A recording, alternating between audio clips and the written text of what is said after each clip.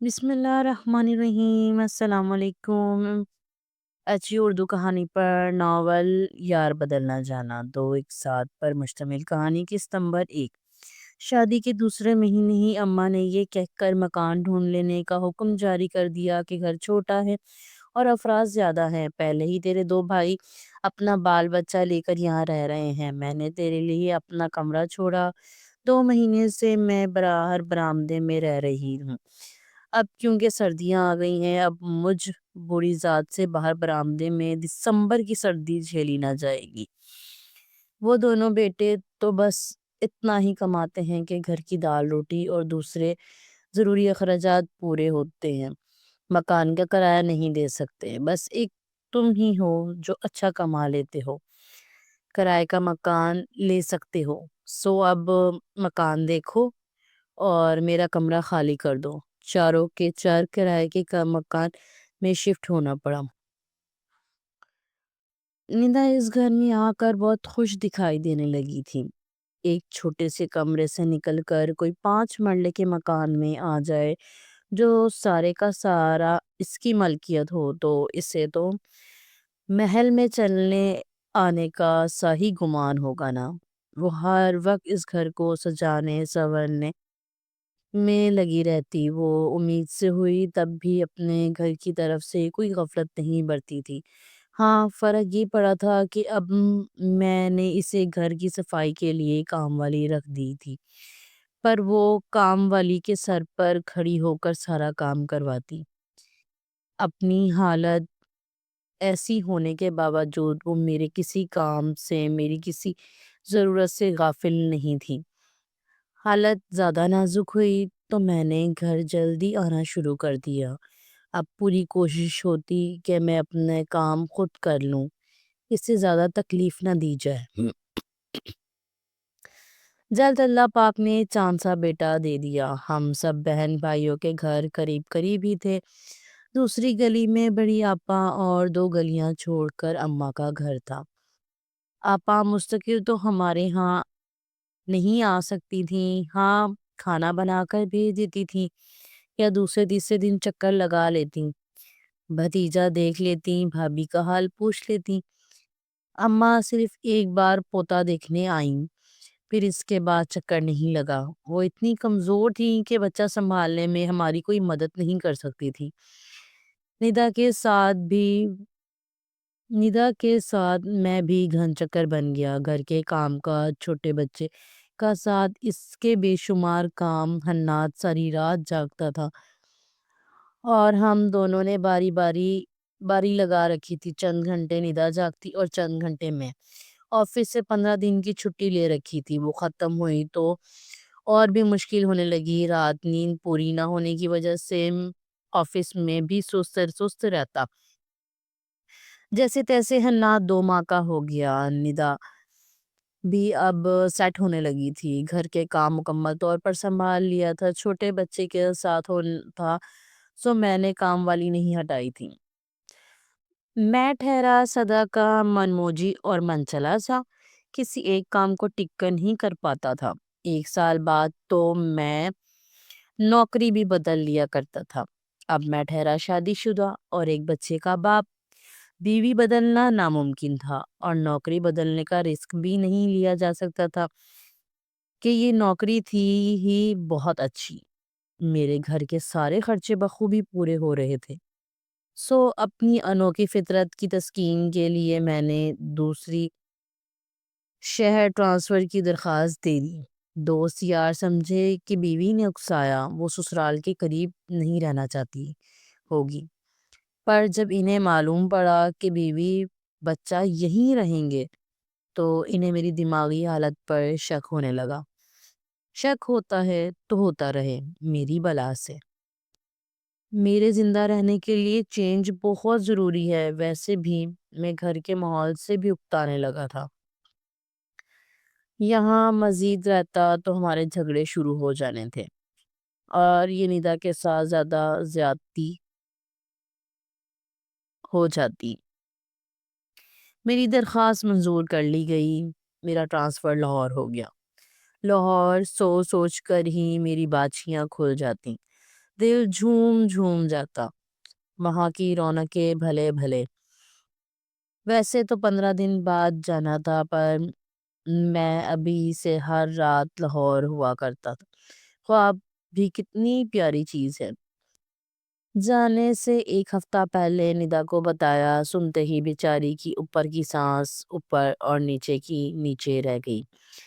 کتنی کتنی ہی دیر سکتے کیسے عالم میں رہی۔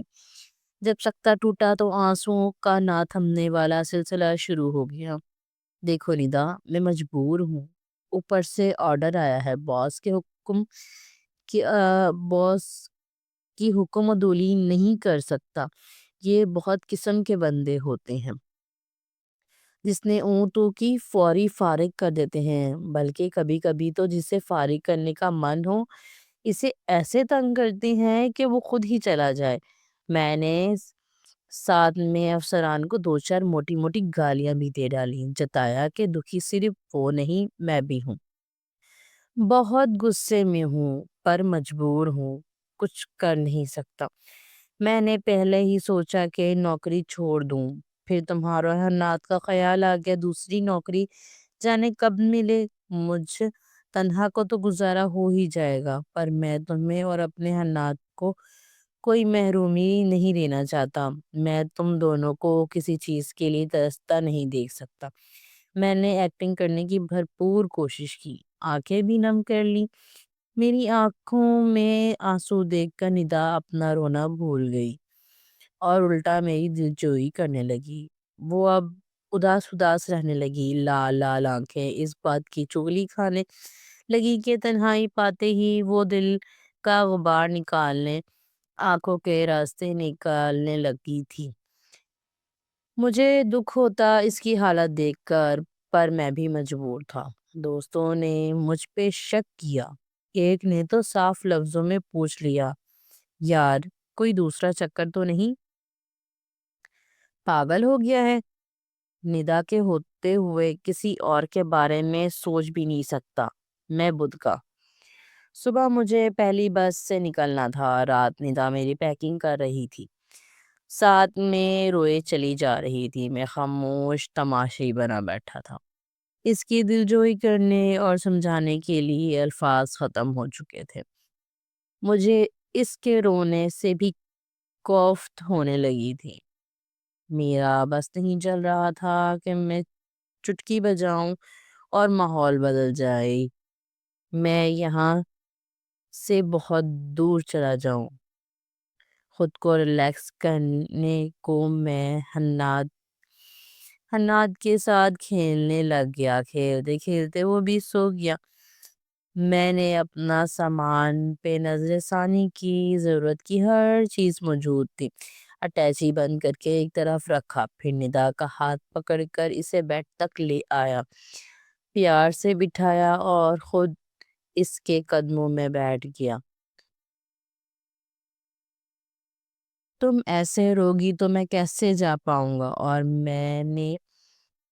میں نہ گیا تو پھر جانے کیا ہوگا۔ چلو ٹھیک ہے، میں نہیں جا رہا، تمہارے لیے ہی تو جا رہا تھا، جب تم ہی خوش نہیں تو بھاڑ میں جائے، نوکری فاقے کر لیں گے پر ساتھ رہیں گے، بھوکے پیٹ پیار کرنے کی مثال قائم کریں گے۔ میں نے کہہ کر اپنا سر اس کی گود میں رکھ دیا۔ اب میں اس کے رد عمل کا منتظر تھا، اب دیکھنا تھا کہ میرا تیر نشانے پہ لگا کہ خطا ہو گئی۔ اس نے اپنا ہاتھ میرے سر پہ رکھ دیا، ایک بڑی سانس خارج کی۔ میں ٹھیک ہوں، آپ جائیں، خوشی خوشی جائیں، پر مجھ سے وعدہ کریں کہ ہر ویکنڈ پہ آئیں گے، کبھی کام کا بہانہ کر کے معذرت نہیں کریں گے۔ اس نے اپنا آنسو پوچھتے ہوئے میری طرف ہاتھ بڑھایا، جو میں نے دل و جان سے تھام لیا۔ پکا وعدہ، ہر ویکنڈ پہ آؤں گا۔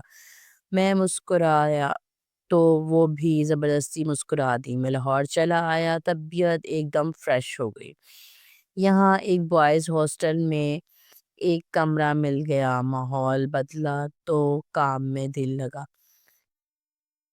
اور میں پوری یکسانیت سے کام کرنے لگا۔ اب دن اور رات دونوں میرے اپنے تھے، رات کسی حنات کے ساتھ نہیں جاگنا پڑتا تھا، بس آفس کے بعد کچھ وقت ندا کو دینا پڑتا، فون کر کے اس کا اور حنات کا حال چال پوچھ لیتا، کسی چیز کی ضرورت تو نہیں وغیرہ وغیرہ۔ اس آدھے گھنٹے میں باتیں کم ہوتی اور ندا کا رونا زیادہ زیادہ سننا پڑتا تھا۔ بولا اس سے زیادہ نہیں تھا، بس روئے جاتی تھی اور ادھر میں بیزار سا بیٹھا، کبھی گھڑی دیکھتا، کبھی اس سے کہتا پلیز رونا بند کرو نہیں تو میں بھی رو دوں گا۔ آپا کے بیٹے رضوان سے کہہ رکھا تھا کہ مامی کا خیال رکھنا، کسی چیز کی ضرورت ہو تو لا دیا کرنا۔